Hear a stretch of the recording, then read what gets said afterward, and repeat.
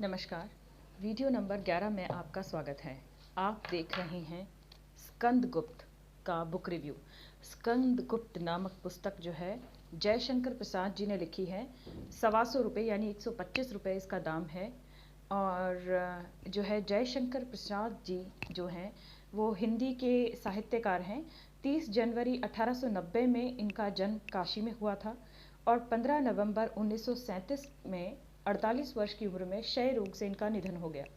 इनके जीवन परिचय के बारे में कुछ इस पुस्तक में लिखा है। वो परिचय ये है कि इनके पिता जो है और इनके दादा दोनों ही तंबाकू के व्यापारी हुआ करते थे। इनके पिता का एक नाव दुर्घटना में मृत्यु हो गई थी नर्मदा नदी में, और इनके पिता की मृत्यु के 4 वर्ष पश्चात इनकी माता की मृत्यु हो गई उसी शोक में। तो इनको इनके बड़े भाई ने पढ़ाया लिखाया और बड़े भाई ने इनकी शिक्षा की बहुत उत्तम व्यवस्था की थी, क्योंकि जो व्यापार था वो काफ़ी अच्छा चल रहा था।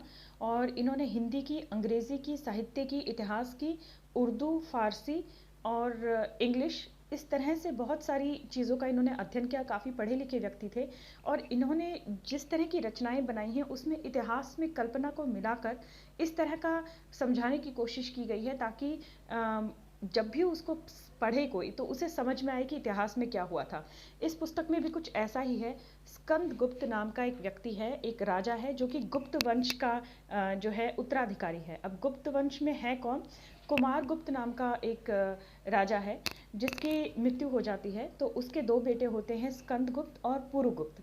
स्कंदगुप्त की जो माता होती है उसका नाम देवकी है और पुरुगुप्त की माता का नाम जो है अनंत देवी है।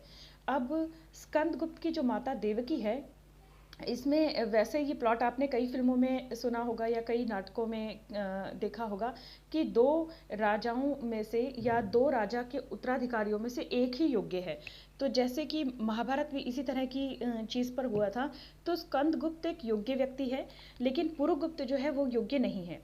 तो पुरुगुप्त की जो माँ होती है अनंत देवी, वो एक तरह का षड्यंत्र करती हैं। उस षड्यंत्र में कुछ लोगों को शामिल करती हैं और वो चाहती हैं कि देवकी की हत्या करवा दी जाए। तो जो देवकी होती है वो स्कंदगुप्त की माता है। देवकी की हत्या करवाने के पीछे प्रयोजन ये था कि वो चाहती थी कि स्कंदगुप्त को इससे आघात पहुँचे और वो राज्य को त्याग ही दे, राज्य के बारे में सोचे ही ना। तो जो पुरुगुप्त होता है वो अपने एक विश्वसनीय व्यक्ति जिसका नाम भट्टावर्क है उसको भड़काता है कि तुम जो है देवकी की हत्या करवाने में सहयोग दो। तो भट्टावर्क की जो पत्नी होती है वो भी देवकी के नज़दीक होती है, रमा। और भी जो है भट्टावर्क एक और व्यक्ति को आगे कहता है कि तुम जो है इसकी हत्या कर दो, देवकी की हत्या कर दो। तो जिस व्यक्ति को वो कहता है उसकी पत्नी रमा जो है देवकी के यहाँ पर दासी होती है। तो वो स्वामी भक्तिनी होती है तो वो हत्या करने नहीं देती। इतने में ही स्कंदगुप्त आके अपनी माता की रक्षा कर लेता है। तो ये तो थी देवकी को मारने का प्लॉट। और उसके बाद क्या होता है कि जो स्कंदगुप्त है उसके मन में, जैसे अर्जुन के मन में अंतर्द्वंद था कि ये क्या है, मैं इस राज्य के लिए क्यों लड़ूं और क्यों ना मैं पुरुगुप्त को ही शासन करने दूं, और ये विलासिता क्या है, ये समाज क्या है, ये देश क्या है, इस तरह की चीज़ों में वो उलझा रहता था। तो उसको भी जो है एक व्यक्ति जो है गाइड करता था कि भाई नहीं ये सही है, आपको लड़ना चाहिए।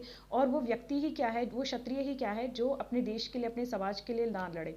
इस नाटक में ये बातें बहुत बताई गई हैं कि जिससे ये पता चलता है कि भारत का प्राचीन समाज था क्या। तो भारत का प्राचीन समाज बहुत सारी जातियों में बटा हुआ था जो आर्य जाति की उपजातियां थी। तो इसमें बार बार क्षत्रिय, ब्राह्मण, शूद्र, वैश्य इनका जिक्र आया है।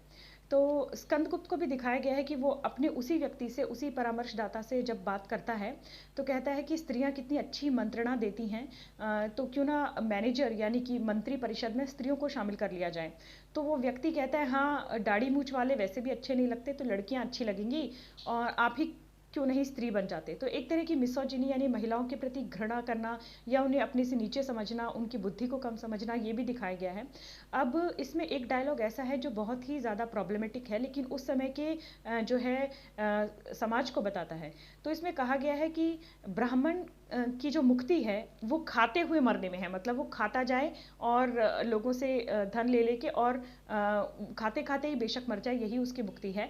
और क्षत्रिय की मूर्ति है मूर्ति माफ कीजिएगा मुक्ति है ब्राह्मण के लिए, गौ के लिए, स्त्री के लिए, नागरिकों की रक्षा के लिए, मतलब सबकी रक्षा के लिए मर जाने में उसकी मुक्ति है। और वैश्य जो है उसकी मुक्ति है हिसाब किताब लगा के सोने की ईंटें गिनने में, मतलब वो वही काम करता हुआ मर जाए। और शूद्र की मुक्ति है कि वो इन तीनों की, जो उससे ऊपर हैं ब्राह्मण, क्षत्रिय और वैश्य, इन तीनों की ठोकरें खाते खाते ही मर जाए। ये इस पुस्तक में लिखा हुआ है। तो किस तरह से हमारा जो प्राचीन भारत था आज भी इसी तरह से बटा हुआ है कि एक आर्य जाति है, आर्य जाति, इसमें हिंदू का कहीं जिक्र नहीं है, आर्य जाति का जिक्र है कि जो आर्य हैं उनकी ये उपजातियां हैं। अब इसमें एक महत्वपूर्ण जानकारी ये दी गई है कि भीतर घात, भारत में हमेशा से भीतर घात भी रहा है, पारिवारिक षड्यंत्र भी रहे हैं, एक दूसरे को मारने की योजनाएं भी रही हैं, जिसकी वजह से जो है राजा अपने पद से जो है पद दलित होते रहे हैं। और दूसरी तरफ जो है भारत के लोगों ने विदेशी आक्रमणकारियों को भी बुलाया है, क्योंकि जब वो यहाँ पर इतना पीड़ित महसूस करते थे तो वो विदेशी आक्रमणकारियों को बुलाते थे, और विदेशी आक्रमणकारी जो हैं भारतीयों के बुलावे पर भारत में आए और भारत में शासन उनका हुआ। तो यहाँ तक तो आपने जाना कि स्कंदगुप्त की माता देवकी को मारने की योजना असफल हो गई थी, और पुरुगुप्त की जो माता है वो इस योजना को अंजाम देना चाहती थी लेकिन नहीं दे पाई। तो पुरुगुप्त जो है इस बात से परेशान हो जाता है और वो एक व्यक्ति के साथ मिलकर कहता है कि हम किसी राजकन्या का, मतलब जिसके रगों में राजा का खून हो या राज परिवार से जो हो, उसकी तारा देवी को बलि देंगे।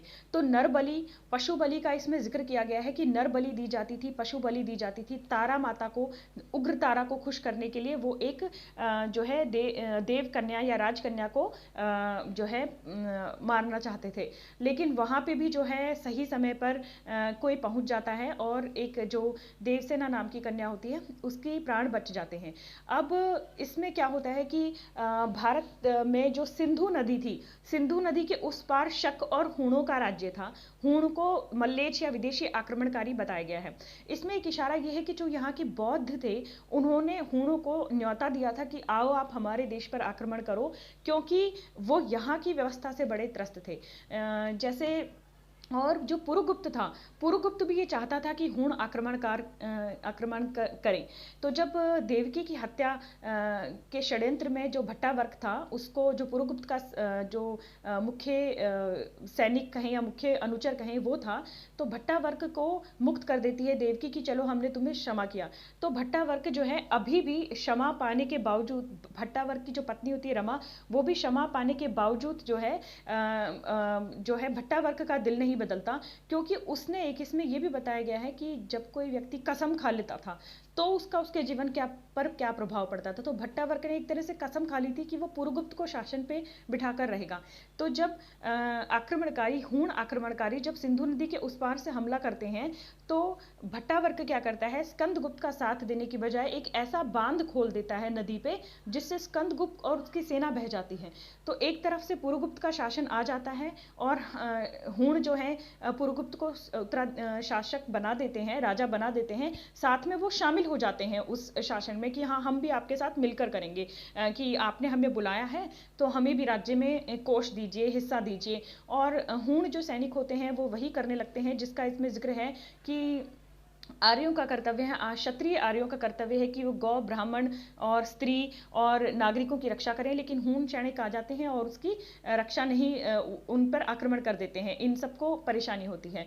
अब इस सारी परेशानी का जो वो है सॉल्यूशन है, वो ब्राह्मण क्या ढूंढते हैं कि वो बलि देंगे, पशुओं की बलि देंगे और वो एक यज्ञ का आयोजन करते हैं। लेकिन बौद्ध भिक्षु आ जाते हैं और उनसे बहस करने लगते हैं कि भगवान जो बुद्ध हैं, तथागत बुद्ध, उन्होंने अनात्मवाद का सिद्धांत दिया है। मतलब आत्मा नहीं होती तो परमात्मा भी कोई नहीं है जिसको खुश करने के लिए आप इन निरीह पशुओं की हत्या कर रहे हो। तो बौद्धों का ये मानना था कि अगर आप भोजन के लिए हत्या कर रहे हो तो समझ में आता है, लेकिन आप बहुत बड़ा आयोजन करके बहुत सारे पशुओं को काट रहे हो तो ये बहुत गलत है। जैसे आज जो भारत में हिंदू धर्म को मानने वाले हैं वो ये बात नहीं मानते हैं या पढ़ते नहीं हैं तो जानते नहीं हैं, लेकिन आर्यों का जो धर्म है, जो ब्राह्मण धर्म है, वो पूरी तरह से हिंसक ही था। उसमें पशुओं की बलि, नर बलि, राज बलि सब चढ़ती थी। तो वो जब पशुओं को मारने के लिए इतना बड़ा उपक्रम करते हैं तो बौद्ध आके कहने लगते हैं ना तो कोई ईश्वर है, ना ही कोई आत्मा है, अनात्मवाद है, मनुष्यता ही जो है सबसे बड़ी चीज़ है और अहिंसा होनी चाहिए। केवल अपनी ज़रूरत के लिए जो है आप हिंसा कर सकते हो, निरीह पशुओं को बिना मतलब पे मारने का कोई मतलब नहीं है। लेकिन ब्राह्मण उनसे बहस करने लग जाते हैं कि तुम्हें हमारे धर्म का क्या पता, तुमने ही हूणों को बुलाया होगा। ये एक इशारा है कि बौद्ध भी हूणों को बुलाने के, हूण आक्रमण में शामिल थे। तो बौद्ध उनसे कहते हैं कि तुम्हारा जो धर्म है पूरी तरह से धंधाई है, तुम सपने बेचते हो। मतलब किसी को पुत्र नहीं हो रहा है तो तुम कहोगे कि यज्ञ करवा दो और पुत्र हो जाएगा, किसी की शादी नहीं हो रही है तो यज्ञ करवा दो, शादी हो जाएगी, किसी को स्वास्थ्य लाभ नहीं हो रहा है, कोई हेल्दी है ही नहीं, तो उसमें जो है तुम बोलते हो कि इसका यज्ञ करवा दो तो वो उसको हेल्थ मिल जाएगी। तो शत्रुओं के आक्रमण हो या किसी भी चीज़ का हो, तुमने सिर्फ जो है ये जो तुम्हारा धर्म है ये धंधा है और कुछ नहीं है, और हम लोग इस बात को समझते हैं। तो एक तीखी बहस इसमें बताई गई है। जो हैं ब्राह्मण जो हैं इससे निरुत्तर होने लग जाते हैं, बहस में पछड़ने लग जाते हैं। तो ब्राह्मण कहते हैं कि नहीं, हम तो फिर भी जो है पशुओं का हत्या करेंगे, यज्ञ करेंगे। तो उनमें से जो एक बौद्ध होता है वो बोलता है चलो ठीक है, तुम लोग नहीं मान रहे हो तो तुम नरबलि ही दे दो, छोड़ो इन पशुओं को, जाने दो इन पशुओं को, मेरे को ही मार लो। तो इस बात से वो ना शर्मिंदा हो जाते हैं ब्राह्मण और कहते हैं चलो ठीक है, अब क्या तुम लोग के मुंह लगना, और वैसे भी हम लोग तो एक ही देश के नागरिक हैं। तो जब पूरे समाज में पूरी ये बहसबाजी चल रही है, लोग देख रहे हैं कि एक बौद्ध भिक्षु खुद को ही समर्पित करने के लिए तैयार है कि पशुओं को जाने दो, इतने सारे पशु तुमने जमा कर रखे हैं काटने के लिए, और उनमें से मतलब भोजन के लिए भी कटे तो समझ में आता है, वो इतने पशु काट देते थे कि मांस भी व्यर्थ हो जाता था, लोगों के काम भी नहीं आता था।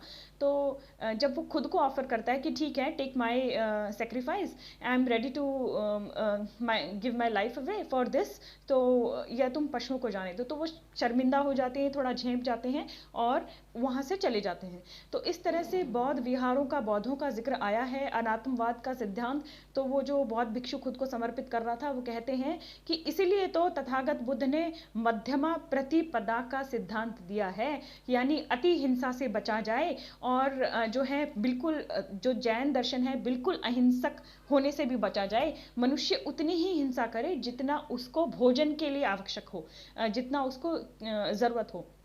तो ये तो बौद्धों की बहस हो रही होती है। जब स्कंदगुप्त जो है पानी में बह चुका होता है, जब स्कंदगुप्त की माता देवकी को पता चलता है कि उनका बेटा अपनी फौज समेत पानी में बह गया है, तो वो मर जाती हैं इस शौक में। और जो भट्टावर्क है जिसने ये बांध खोला था, क्योंकि उसने पुरगुप्त को वायदा किया था, और देवकी और स्कंदगुप्त के क्षमा करने के पश्चात भी उसमें कोई अकल आई नहीं थी, तो फिर वो भट्टावर्क डांस वगैरह देख रहा होता है, एंजॉय कर रहा होता है, लेकिन भट्टावर्क की आत्मा उसको कचोटती है। इधर दिखाते हैं कि स्कंदगुप्त जीवित है, लेकिन वो बह के ऐसी जगह पहुंच गया है जहाँ पे उसको कुछ लोग ढूंढ लेते हैं जंगल में, लेकिन हालत उसकी ख़राब है, उसमें उसके शरीर में भी जान नहीं है, पानी का धचका लगा है। कुछ लोग बच गए हैं, कुछ लोग में से एक जो है कुछ लोग झोपड़ा बनाकर वहाँ पर रहने लग जाते हैं और भीख मांग के खाने लग जाते हैं। जैसे स्कंदगुप्त का जो विश्वसनीय पात्र था, जो उसको गाइड करता था, वो और उनकी बेटी वहाँ पर रहने लग जाते हैं देवसेना, और भीख मांग के गाने लग जाते हैं। लेकिन जब मन चले लोग होते हैं, वो उस व्यक्ति को कहते हैं कि हम भीख भी तब देंगे जब तुम्हारी सुंदर लड़की हमें गाना सुनाएगी। तो वो कहता है कि ऐसे देश पे तो आक्रमण होना ही चाहिए कि जहाँ पे इतना बड़ा जो है स्कंदगुप्त जो है महाराज हार गए हैं, हम बुरी तरह से हार गए हैं, विदेशी आक्रमणकारी देश में आ गए हैं, हूण आ गए हैं, और अब ये लोग जो हैं ये सोचने की बजाय कि हम कैसे युद्ध करें, अपने देश को कैसे बचाएं, इन्हें लड़कियों का गाना सुनना है और ये भीख भी गाने के बदले देंगे, क्योंकि ये उस लड़की को ताड़ना चाहते हैं। तो उसका बहुत दिल खराब हो जाता है। तो तभी स्कंदगुप्त जो है उसको कोई बताता है कि तुम्हारी मम्मा की डेथ हो गई है और जो है उन्होंने एक समाधि है। तो जो देवसेना होती है, जो उस सेनापति की बेटी होती है, वो उस समाधि पे थोड़ी झाड़ पोंछ कर रही होती है। तो स्कंदगुप्त आ जाता है, एक थका मारा व्यक्ति जो युद्ध भी हार चुका है एक तरह से, चाहे वो साजिश की वजह से हारा हो, उसकी सेना पिट चुकी है, वो पानी में डूबते डूबते बचा है। जब वो देवसेना को देखता है तो पुराने टाइम याद आ जाते हैं कि मतलब Devsena was a very beautiful young girl और स्कंदगुप्त भी बहुत ही सुंदर राजकुमार। तो उसका दिल देवसेना पर आ जाता है और वो देवसेना से प्रणय निवेदन करता है कि हम लोग जो है, मतलब हम लोगों को रिलेशन बनाना चाहिए, हम लोगों को जीवन का आनंद लेना चाहिए। लेकिन देवसेना बोलती है कि मैं तो जीवन भर आपकी माता की समाधि की सेवा कर सकती हूँ, क्योंकि उसको देवसेना के मन में ना ये था कि अब जो है राज्य को इसकी ज़रूरत है, स्कंदगुप्त की ज़रूरत राज्य को है। और मेरे को अपने पर्सनल रिलेशन बनाकर यहाँ पर जंगल में कुछ फ़ायदा नहीं है इसका, मतलब उसका दिल जो है देश के प्रति था। तो स्कंदगुप्त लज्जित हो जाते हैं और कहते हैं कि मैं प्रण लेता हूँ अपनी माता की समाधि के आगे कि मैं कुमार जीवन व्यतीत करूंगा, मतलब मैं जीवन भर कुमारा रहूंगा, किसी स्त्री से संबंध नहीं बनाऊंगा। तो जो है देवसेना को बुरा भी लगता है कि ये तो कुछ ज़्यादा ही हो गया।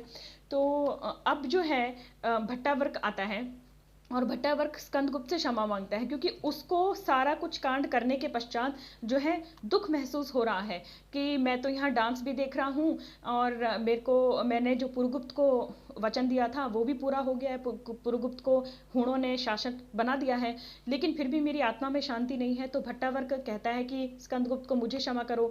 तो स्कंदगुप्त कहते हैं कि तुमको कितनी बार माफ़ करेंगे, एक बार मेरी माँ देवकी ने तुमको माफ़ किया, मैंने तुमको माफ़ किया, फिर भी तुम्हारे वही के वही लक्षण है, तुमने तुमने जो है हमें ही हरवा दिया।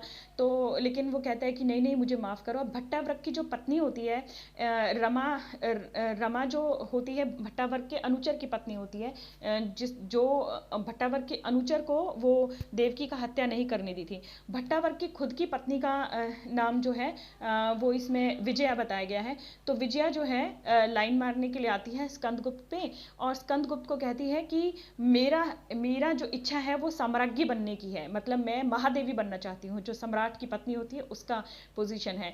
तो स्कंदगुप्त कहता है तुम तो भट्टावर्क की पत्नी हो, तुम्हारे दिमाग में ये कहाँ से चल रहा है। तो वो कहती है कि मेरे पास पैसा दबा हुआ है, मैं तुमको उस पैसे का जानकारी दे दूंगी, बस तुम मेरे साथ रिलेशन बना लो, मुझे अपनी पत्नी समझ लो और हम लोग रिलेशन बना लेते हैं। तो ऐसा होगा कि तुम सेना दोबारा जमा कर पाओगे और दोबारा से हूणों से भारत को छुड़ा पाओगे। लेकिन ना वो तो कहता है कि मैंने अभी अभी कुंवारेपन की शपथ ली है, तो मैं तो ऐसा कर नहीं सकता। तो भट्टावर्क ये सुन लेता है, कहता है कि निर्लज औरत तू यहाँ पर आ गई है, तुझे शर्म नहीं आती, तू मेरी पत्नी है, यहाँ पर कितनी स्त्रियों ने जो है सती हो गई हैं, खुद को आग लगा ली है पति के मरने के बाद हूणों के आक्रमण से, और तू पति के जीवित रहते हुए दूसरे आदमी के पास ये कहने के लिए आई है कि तुम सेना बनाओ, उसको जीतो और तब मैं तुम्हारी रानी बनूंगी। तो वो बहुत जो है उसको लगता है कि अब जीवन में कुछ नहीं बचा, उसकी पोल खुल गई है, तो वो खुद को ही मार डालती है। तो स्कंदगुप्त कहते हैं कि अब इसको ठिकाने लगाओ, इसको जलाओ, लकड़ियाँ काटो, कुछ करो। तो भट्टावर्क कहता है ये दुष्चरित्र औरत थी और मैं इतनी मेहनत नहीं करने वाला इस पे कि इसे आर्य पद्धति के अनुसार अंतिम संस्कार का जो है सम्मान दूं, मैं तो इसको अभी गाड़ रहा हूँ। तो उसने खोदना शुरू किया भूमि को, तब टन करके आवाज़ आती है और वहाँ से सोने के दबे हुए घड़े निकलते हैं। तो पता चलता है कि वहाँ पर भी कुछ धन गड़ा हुआ था। तो स्कंदगुप्त उस धन को देख के प्रसन्न हो जाते हैं। जो देवसेना के पिता हैं वो भी आ जाते हैं और कहते हैं कि इस धन से हम सेना बनाएंगे। तो एक प्रोग्राम होता है जहाँ पे देवसेना को गाना गाने के लिए लड़के छेड़ रहे होते हैं कि अगर तुमको भीख चाहिए तो तुम गाना गाओ, तुम गाना गाओ। तो देवसेना के पिता कहते हैं कि तुम किस तरह की युवा हो कि तुम्हें लड़कियों का गाना सुनना है और तुमको देश पर आक्रमण हो गया है, लज्जा नहीं आती है, ये है वो है। और स्कंदगुप्त को प्रकट किया जाता है, कहते हैं महाराज स्कंदगुप्त की जय हो। तो जो युवा होते हैं अचानक से उनमें देश प्रेम जाग जाता है और वो स्कंदगुप्त के साथ कहते हैं कि हम मिलकर लड़ेंगे। और फिर वो मतलब अपनी सेना तैयार करते हैं, तलवार वगैरह लेके हूणों को परास्त करते हैं। लेकिन पुरुगुप्त को शासन स्कंदगुप्त फिर भी दे देता है, कहता है स्कंदगुप्त की जो विमाता थी, मतलब उसकी जो सौतेली माँ थी, पुरुगुप्त की माँ अनंत देवी, वो कहती है कि बेटा मैं तो तुम्हारी माँ हूँ। तो स्कंदगुप्त कहता है कि हाँ चलो तुम मेरी सौतेली माँ हो, लेकिन तुमने वही किया जो रामायण में केकई ने राम के साथ किया था। तुमने अपने बेटे को शासन देने के लिए देश पर ही आक्रमण करवा दिया, तुमने इतने गलत गलत काम किए हैं, तो मुझे ये सिंहासन भी नहीं चाहिए, मैं ये सिंहासन पुरुगुप्त को ही सौंपता हूँ, लेकिन हूणों को यहाँ से जाना होगा। तो इस तरह से ये पूरी कहानी है। तो आप देख सकते हैं कि इस कहानी में कितना कुछ है। इस कहानी में भीतरघात है, पारिवारिक षड्यंत्र है, जो है मिसोजिनी है, महिलाओं के प्रति भी थोड़ी घृणा है, महिलाएं भी षड्यंत्र करती हुई दिखाई दी गई हैं। और सबसे बड़ी बात है कि बौद्ध और ब्राह्मणों के बीच में क्या लड़ाई हो रही है वो भी है, वो भी बताया गया है। और ब्राह्मणों की पोल बौद्ध कैसे खोल रहे थे वो भी बताया गया है। तो काफ़ी रोचक है स्कंदगुप्त पुस्तक, और जो है इसको आप खरीद सकते हैं। मैं तो इसे रेकमेंड करूंगी, लेकिन जिन्हें नाटक पढ़ना पसंद नहीं वो ना लें, क्योंकि ये पुस्तक में बहुत सारे पात्र हैं, बहुत सारे जो हैं कैरेक्टर्स हैं। ये मेन कैरेक्टर्स का मैंने आपको बताया है। It's quite hard to follow drama, ये ड्रामा है, ये नाटक है, तो थोड़ा मुश्किल है। उपन्यास पढ़ने सरल होते हैं। तो मैं इसको ठीक ठाक ही लगा मुझे, तो मैं रेकमेंड करूँगी अपने पाठक कहो या दर्शक कहो, जो भी देखने वाले हैं उनको। ये वीडियो कैसा लगा आप कमेंट करके ज़रूर बताइए। धन्यवाद।